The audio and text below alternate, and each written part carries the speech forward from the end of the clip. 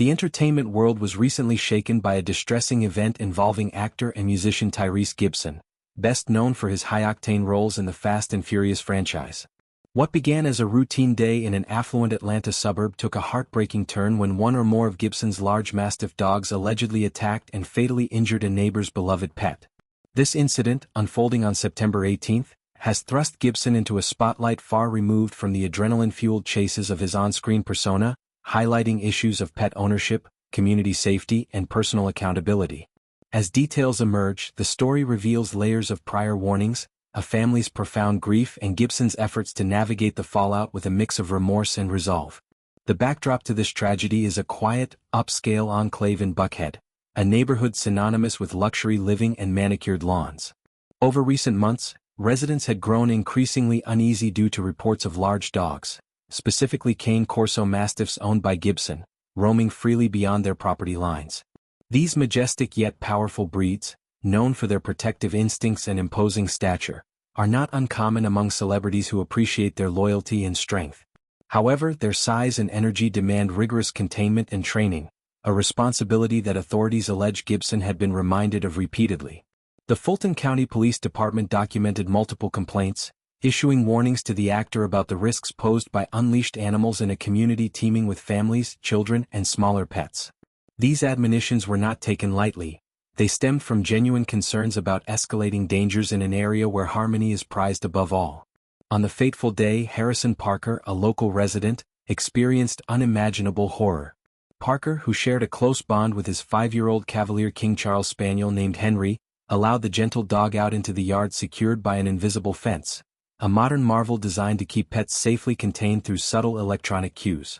Henry, described by Parker as one of the sweetest dogs imaginable, embodied the breed's reputation for affectionate companionship.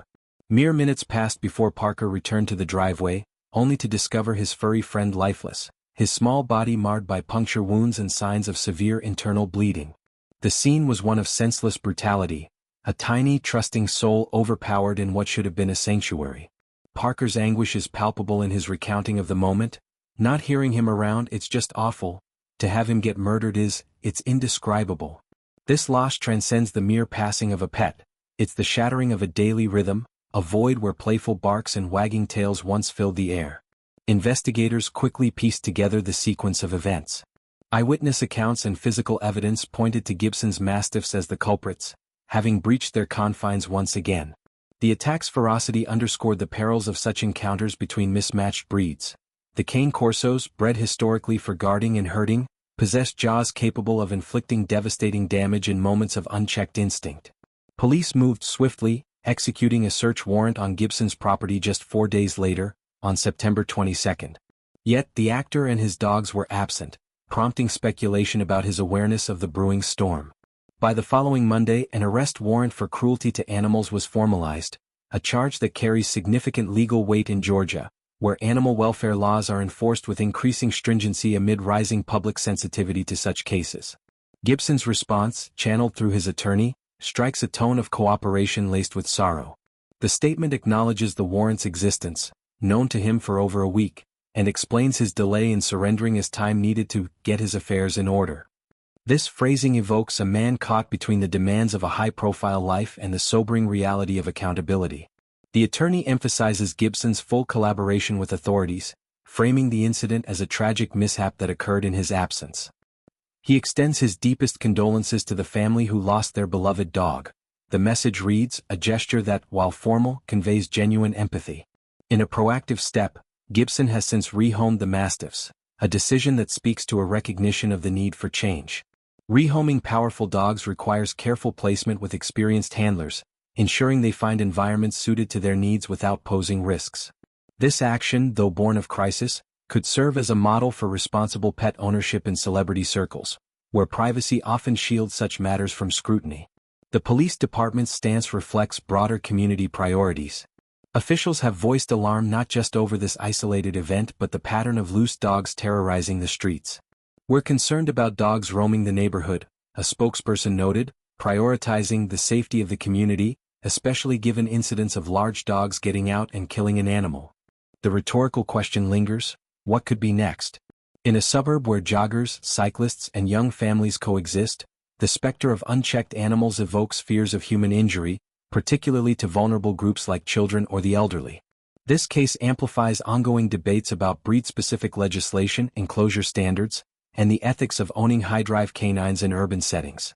Georgia's laws, while not imposing outright bans on breeds like Cane Corsos, mandate strict liability for owners whose animals cause harm, potentially leading to fines, restitution, or even felony charges in egregious scenarios. For Parker and his family, the healing process is just beginning. Henry's death has left an indelible scar, compounded by the surreal element of a neighbor's fame. Mourning rituals, perhaps a quiet memorial in the yard or cherished photos, become lifelines amid the legal machinations. Parker's words capture the essence of pet parenthood. These animals are family members, woven into the fabric of daily joy and routine.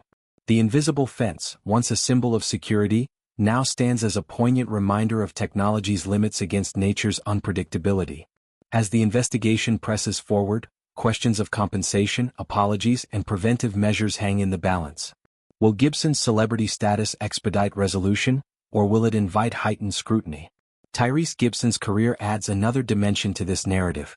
From his breakout as a teen heartthrob and baby boy to his evolution into a multifaceted action star, Gibson has navigated Hollywood's highs and lows with charisma and resilience. His portrayal of Roman Pierce in the Fast and Furious series has made him a household name, embodying themes of brotherhood, redemption, and high-stakes loyalty, ironic parallels to his current personal entanglements. Off-screen, Gibson has been vocal about mental health, fatherhood,